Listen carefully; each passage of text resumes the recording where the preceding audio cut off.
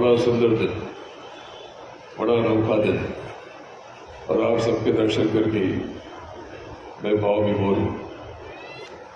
संतति भी होती तो अभी तो क्या बताऊं, बहुत कुछ बताने के लिए है। ये जो जगदम्बा का रूप है, इसके नीचे चारों तरफ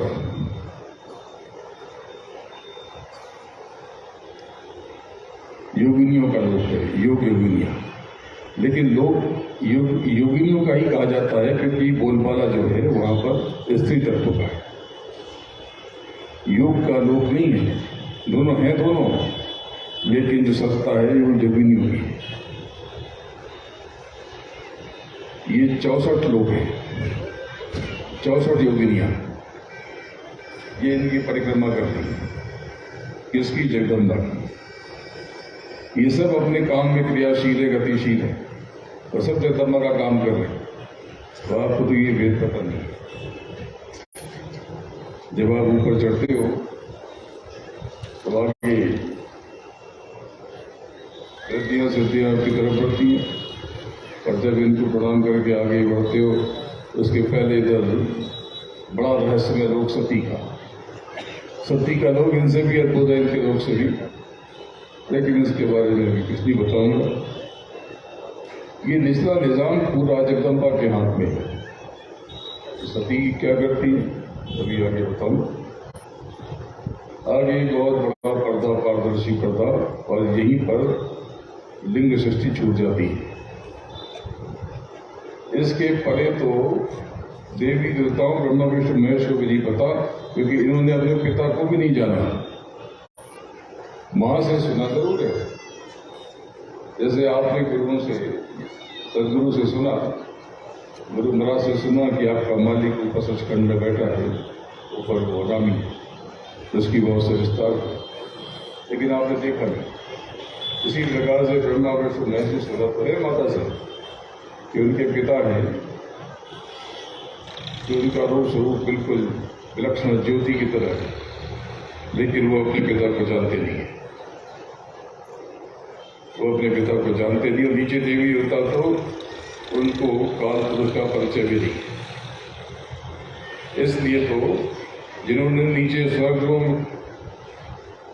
में जाकर के बैठे, स्वर्ग के भोग भोग रहे, जिन्होंने कर्मकांड किए, उनसे पूछा कि शंकर जी, ब्रह्मा जी, विष्णु जी किसकी उपासना करते हैं? उनको नहीं पता। बोले विष्णु जी शंकर जी की करते हैं, शंकर जी विष्णु जी की करते हैं, ब्रह्मा जी शंकर जी की भी करते हैं, विष्णु जी की भी करते हैं। नहीं, ऐसा नहीं। ये तीनों अपने मालिक की, अपने पिता की, यानी ईश्वर की, काल पुरुष की, सदय पुरुष की उपासना, आराधना, इन्हीं का ध्यान भजन कर रहे हैं। जब ये पर्दे में से आप अंदर गुरु की दया लेकर के अंदर जाओगे तो ये जगह छूट जाएगा, और आगे, बहुत आगे, ये आगे बिल्कुल अनोखा संसार है। ये सुख संसार है। ये शब्द, स्पर्श, रूप, रस, मन, बुद्धि, चित्त और अहंकार का संसार है। ये 9 तत्वों से सब कुछ बना है यहाँ पर। लेकिन आगे यहाँ पर एक बहुत रहस्यमय स्थान है। इसको संतों ने कहा ये नील चक्र है। ये जो नील चक्र है, अंतर में यही सदगुरु का, गुरु महाराज का मुकाम, पहला मुकाम। यहाँ पर गुरु महाराज विद्यमान है। यहाँ पे वनामी, वो सचखंड का मालिक, यहीं पर विराजमान है। ये कैसा, ये बहुत रहस्यमय स्थान, इसकी खबर यहाँ के लोगों को नहीं। जैसे कि बहुत शोध हो रहा, बहुत से लोग ये मानते हैं कि दूसरे ग्रहों से भी यहाँ पर उड़ंत स्तरियां आती हैं, लेकिन उनको पता नहीं कौन आता है, क्या होता है, क्या चल रहा है, कुछ जानते नहीं। पता नहीं, कुछ को उठा के भी लेके जाते होंगे मनुष्यों को, लेकिन कुछ सूचना नहीं। लेकिन आपको तो उन हस्तियों के बारे में कुछ आपने सुना, सच्चा झूठा, उनको तो कुछ भी पता नहीं, क्योंकि वो नील चक्र बहुत रहस्यमय है। उसके अंदर का स्वरूप कैसा है? बिल्कुल जैसा सचखंड का स्वरूप। वहां पर लंबी लंबी धार जैसे सचखंड में है मीनारों की तरह, और उठता उठता विस्तार लेती हुई आकृति जैसे कि संतमत के मंदिर होते हैं। गुरु महाराज ने जो मंदिर बनवाया उसका स्मरण कर लो तो भेद मिल जाए। लंबी लंबी मीनारें और ढेरों विस्तार लेती हुई रचनाएं गुंबद जैसे। गुंबद सही शब्द नहीं है, लेकिन कोई और शब्द कहां से लाया जाए? जो शब्द ही नहीं जानता हो, जो बचपन से बहरा हो, वो पूछे कि साउंड क्या है तो क्या बताएं कि क्या साउंड है, स्वर क्या है, ध्वनि क्या है। वो बच्चा पूछे तो कैसे बताया जाए? इसीलिए जो बच्चा जन्म से सुन नहीं पाता वो बोल भी नहीं पाता। वो गूंगा नहीं है, बोल सकता है, लेकिन वो जानता ही नहीं है।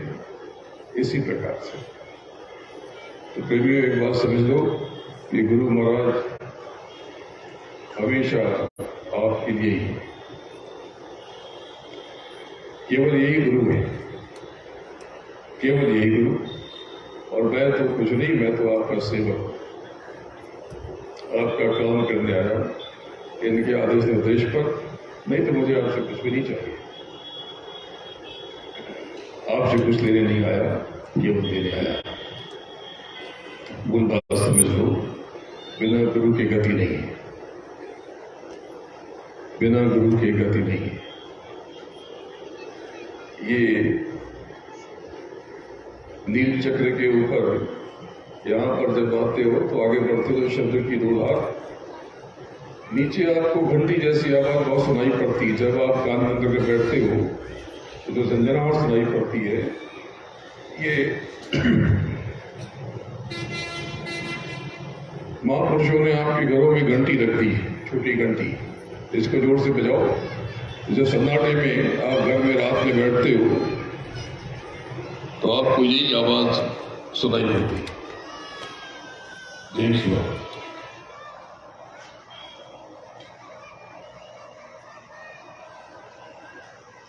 लेकिन जब ऊपर ज्ञान देते हो तो यहां से वहां और यहां से वहां तक एक भिन्न तरह का स्वर फूक लेता है, और दूसरी आवाज इससे वहां, जैसे फूक मार के पीछे तो यहां से वहां जा रहा, वहां दुनिया से यहाँ मार के रुका, उसमें से एक धनक पैदा हुई और एक आवाज आई। फूक मारते थे, एक फूक मारी, एक धनक पैदा हुई। तो इसीलिए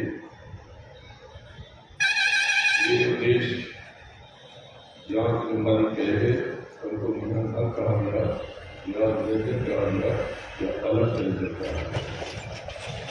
की उदाहरण है, उदाहरण जब आप उसके पीछे लागते हो तो मस्त हो जाते हो, मोहित हो जाते हो, अपार आनंद से भर जाते हो। ये 9 तत्वों का संसार है, ये सूक्ष्म संसार है, सूक्ष्म।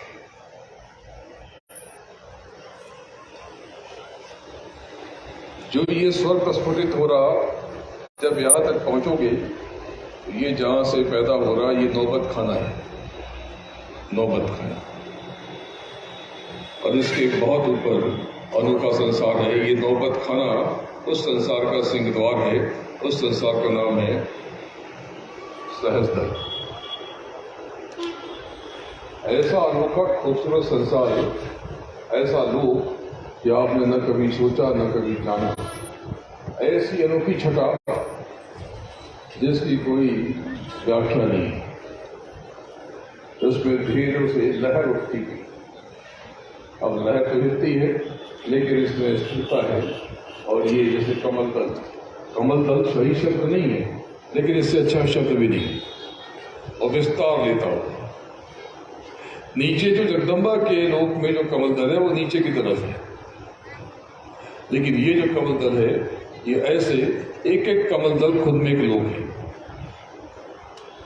अंदर 3 हिस्से, 3 खंड है। सहस्त्रदल के 3 खंड है और यहीं से 3 धारा उतरी,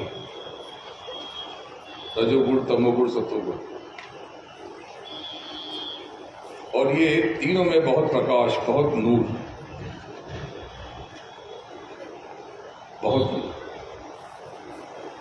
इतना अपार ये आप सोच नहीं सकते, आपकी कल्पना में भी नहीं। तो ये नूर और ये प्रकाश ऊपर की तरफ गिरता हुआ, ऊपर की तरफ गिरता हुआ, और इसी पर ये जो प्रकाश गिर रहा, इसी को शेष कहते हैं। ये सब ऐसे जाके स्थिर हो जाते हैं। ये प्रकाश जो ऊपर गिर रहा ऐसे स्थिर हो गया, और पूरा त्रिभुवन, 3 लोक, 14 भुवन सब इसी के ऊपर है। यही शेष है, शेषनाग। और जो शेषनाग का ये जो फन जैसा बन गया, इसी के नीचे जो स्थान है वो सहस्त्रदल का सर्वोच्च हिस्सा है, इसको शून्य शिखर कहते हैं। शून्य शिखर, इस शून्य शिखर पर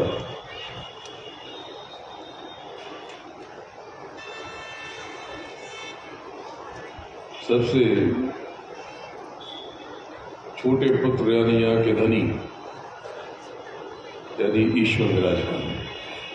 ये सच्चिदानंद प्रभु है। सच्चिदानंद प्रभु तो क्या विष्णु का नाम सच्चिदानंद नहीं है? नहीं। तो शेषनाग तो वहां पे भी जो बताया, जो महिमा बताई, इनकी बताई। तो अवतार किसके हुए? विष्णु के, काल पुरुष के। देवियों, अवतार हमेशा धनियों के होते हैं। ब्रह्मा, विष्णु, महेश की पहुंच तो यहां पर भी है।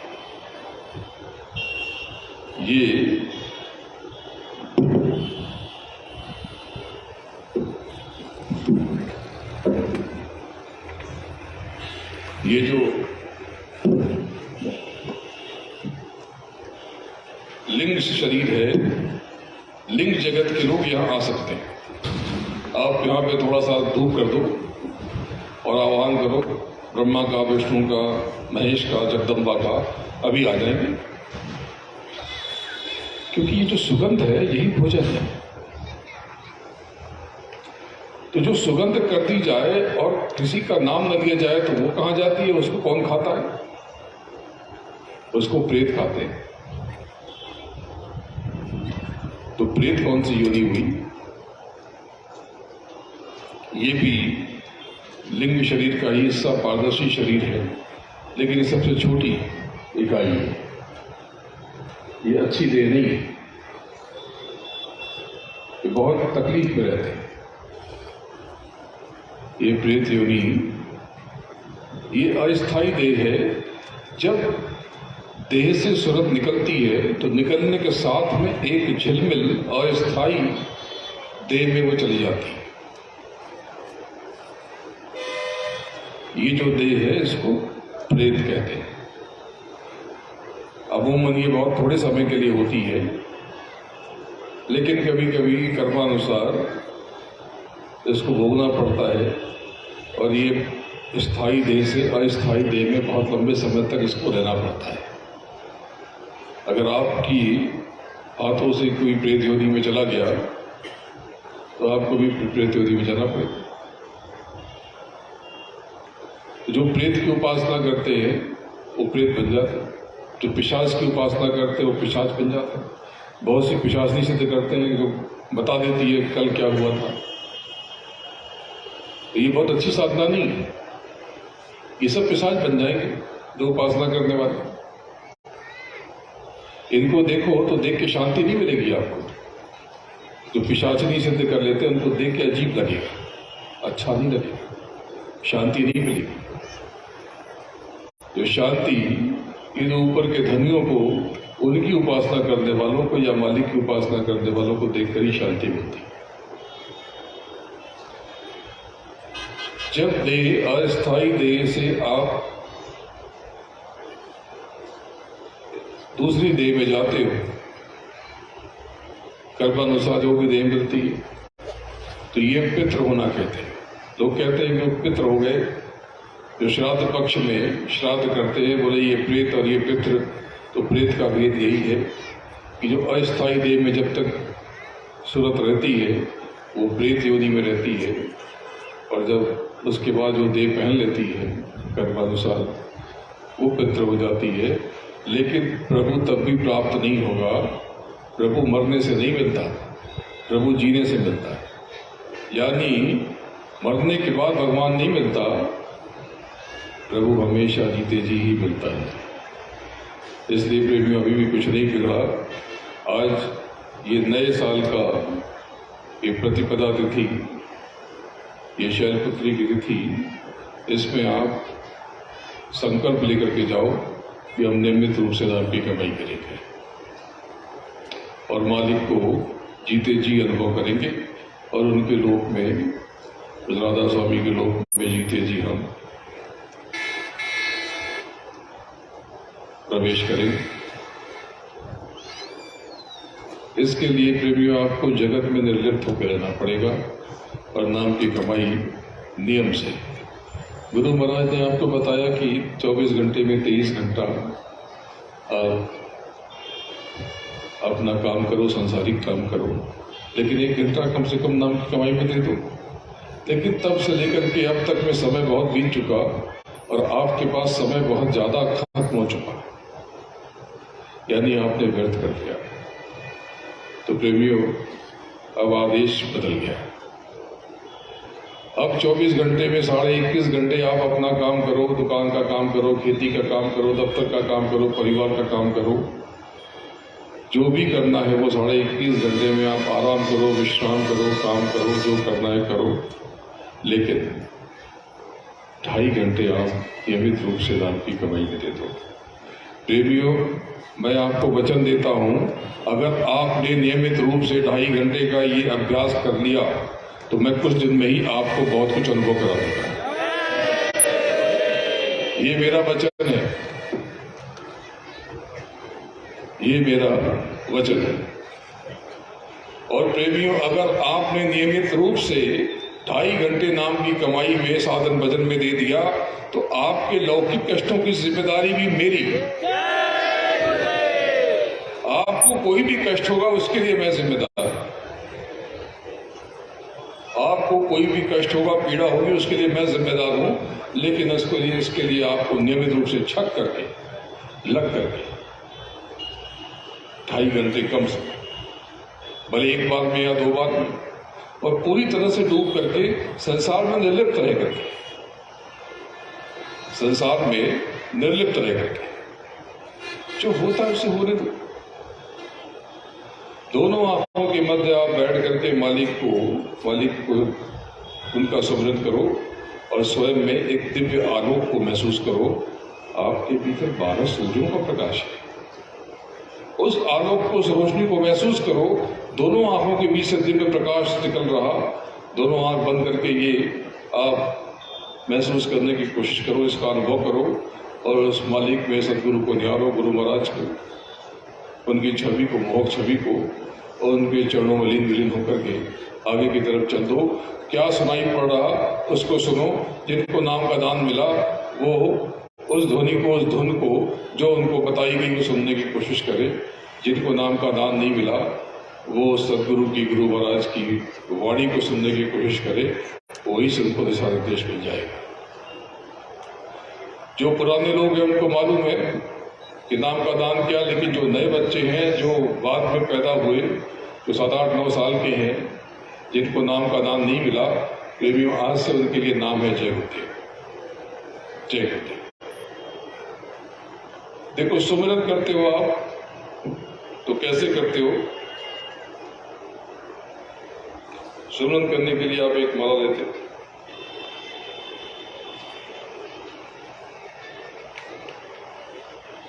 ऐसी माला लेते हो। तो आप कैसे करते हो? मैंने बहुत लोगों को देखा है, जय देव जय देव जय देव जय देव जय देव जय देव जय देव जय देव। ये क्या है? ऐसे सुमिरन होता है। और कहते हो कि सादा बिल बनता नहीं है। क्या कमाल करते हो? ये आप जाप नहीं कर रहे। सुमिरन और जाप में बुनियादी फर्क है। ये जो जय गुरुदेव नाम है ये बहुत शक्तिशाली है। जब सुमिरन करते हो, सुमिरन यानी स्मरण यानी अपने मालिक को पुकारना और उसमें खो जाना। बस आप रहो और आपके सामने आपका मालिक, वो सदगुरु हो, दूसरा कोई ना हो।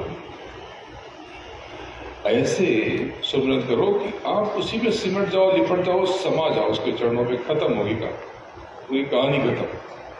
ये मालिक अब तो चली, तू मेरा है, मैं तेरा, मुझे संसार नहीं चाहिए और संसार का कोई असर मेरे ऊपर नहीं होता। जब आप धीरे धीरे सुमिरन पकने लगेगा, आपका सुमिरन पकने लगेगा, तो संसारिक चीजों का भी असर आपके ऊपर गहरा नहीं होगा, न सुख का न दुख का।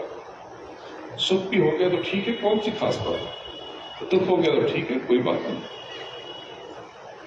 तेरी रजा मेरा है, तू जिलाए तो जीऊं, मारी तो बजा, खत्म हुई बात।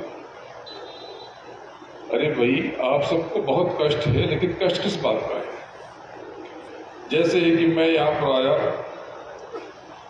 एक रात का मकान था और मैं कहूँ कि अरे ये बैठने के लिए कुर्सी अच्छी नहीं है, सोफा अच्छा नहीं है, ये पंडाल का रंग दूसरा होता तो अच्छा होता, इसमें पंखे लग जाते, एसी लग जाता, कूलर लग जाता, इसमें गलीचा बिछा देते, ऐसा हो जाता, वैसा हो जाता। लेकिन मुझे भी पता है कि मुझे कल सुबह सत्संग के पश्चात, यानी अब सत्संग के पश्चात आगे बढ़ जाना, क्या मैं हमेशा के लिए तो हूं नहीं। अगर मैं थोड़ी बहुत सुविधा असुविधा को बर्दाश्त कर लेता तो कोई दिक्कत नहीं थी, क्योंकि मुझे तो पता होना चाहिए ना कि मेरा यहां से जाने के बाद मुझे कहीं जाना है और मेरे पास एक धाम है, एक घर है जहां इससे बहुत सुंदर व्यवस्था है। एक रात थोड़ा बेचैनी में बिता लूंगा तो क्या हो जाएगा। लेकिन मैंने इन सब चीजों को छोड़ करके वो पूरी रात खराब कर दी कि गद्दा लाओ, गलीचा लाओ, तकिया लाओ, कंबल लाओ, हाथी लाओ, घोड़ा लाओ, बैल लाओ, और इसमें जो जरूरी काम था सत्संग का वो भूल करके मैंने पूरा समय खर्च कर दिया निरर्थक की चीजों में, उन चीजों के लिए जिसको मुझे यहाँ छोड़ के जाना है। अरे ये सत्संग खत्म होगा ना, ये सब तंबू का नाथ उखड़ जाएगा। शतरंज की बिसात खत्म होते ही राजा वजीर सब डब्बे में। इस संसार में कोई रहता वहता थोड़ी है, न राजा न रंग। कबीरा, ये मुर्दों का काम, सब मुर्दा हो जाएंगे कुछ समय में। कौन कौन मुर्दा होगा? पीर मरे, पैगंबर मरिए, मरिए जिंदा जोगी, और राजा मरिए, प्रजा मरिए, मरिए वैद रोगी, और सूरज मरिए, चंदा मरिए, मरिए धरणी आकाशा, और 14 भुवन के चौधरी मरिए एनों की पास। सब मर जाते थे। तो थोड़ी सुविधा कम मिली तो क्या फर्क पड़ा? इसी प्रकार से आपका जीवन, इसमें कुछ कमी रह गई तो क्या फर्क पड़ता है? क्या आप यहाँ हमेशा के लिए रहने वाले थे? किसी ने आपकी निंदा कर दी, आलोचना कर दी, अपमान कर दिया तो क्या फर्क पड़ता है? क्या आप यहाँ जीवन भर सदैव के लिए 1000-2000 साल रहने वाले थे? आपका घर छोटा है, मकान छोटा है, खेती छोटी है, क्या फर्क पड़ता है? क्या आप यहाँ पर सदैव के लिए रहने वाले थे? नहीं, एक न एक दिन तो सबको जाना है। कर्म प्रधान विश्व रचिला था, जो जस करे सो तस पूछा। आपको जो मिला है ये सबसे बेहतर मिला है। आपकी जो भी जमा पूंजी थी उससे यही बना। घर में जो भी राशन था उसमें जो बेहतर था आपकी रसोई में बन गया। अगर आपके भाग्य में कुछ नहीं है, इसके लिए दोषी कौन है? आप ही तो हैं। तो आप शोर मचाने की जगह, शिकायत करने की जगह अपने कर्मों पर ध्यान देते तो बात बदल जाती। और आपने तो दूसरों में कमी निकालने में कोई कसर छोड़ी नहीं, दूसरों पर उंगली उठाने में कोई कसर छोड़ी नहीं, दूसरों की फजीयत करने में कोई कसर छोड़ी नहीं। प्रेमियों, ये काल का देश बड़ा विलक्षण है। ये काल और इसके बहुत ऊपर महाकाल और उसके ऊपर अकाल। तो महाकाल का लोग कैसा है? मैंने कल आपसे कहा था कि थोड़ा भेद बताऊंगा। ये बहुत अनूठा लोग है भंवर गुफा। इसका नाम भंवर गुफा क्यों है? ये भंवर गुफा इसलिए कि जिस क्षण ये लोग है, अगले क्षण ये लोग यहां नहीं है।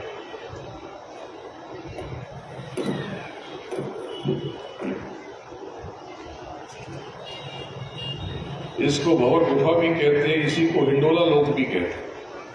हिंडोला। जब भी किसी अवतारी शक्ति की कल्पना की गई तो उसको ऊपर के पदों से, ऊपर की चीजों से नवाजा गया।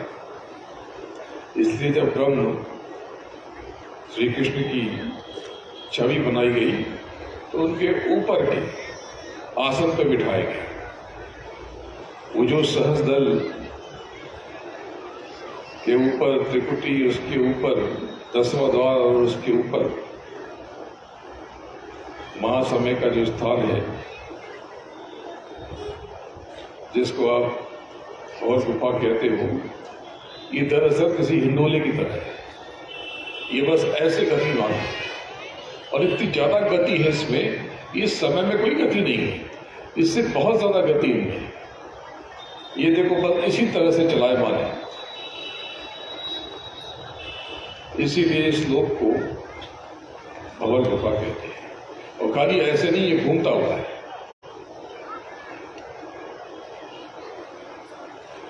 ये सब वेद तो आपको पता नहीं थे। प्रेमियों में बहुत कुछ खोलना चाहता हूं। गुरु महाराज ने आपको 4 पुत्रों के बारे में बताया, मैं आपके बाकी के बचे हुए 12 पुत्रों के बारे में बताना चाहता हूं। लेकिन वो सारे मुझे सत्संग अब वो सीने बसीने होंगे, सामने बिठा कर होंगे। जैसी जिसकी कमाई होगी, जैसी पकावट होगी, वैसा। तो प्रेमियों, आज जब आप जाना यहाँ से तो मुझे अपने क्रोध की सेवा देकर जाना, अपनी उल्टी सोच की सेवा देकर जाना, निंदा आलोचना की सेवा देकर जाना। आज के बाद न किसी की निंदा करना, न आलोचना। अपने कर्मों को लेकर सजग रहना और पूरा समय संसार के चिंतन की जगह मालिक का चिंतन करना, सदगुरु का चिंतन करना। अगर आपने गुरु का चिंतन करना शुरू कर दिया, दिन रात उनका स्मरण करना शुरू कर दिया, तो आपकी आधी ज्यादा समस्या तो तत्काल खत्म होनी शुरू हो जाएगी, क्योंकि फिर आप गुरु की पूर्णता में आप शामिल होने लगेंगे। फिर आप उसके भीतर समा जाओगे और समा करके पूर्ण और परिपूर्ण हो जाओ। बोलो जय गुरुदेव। तो बड़ा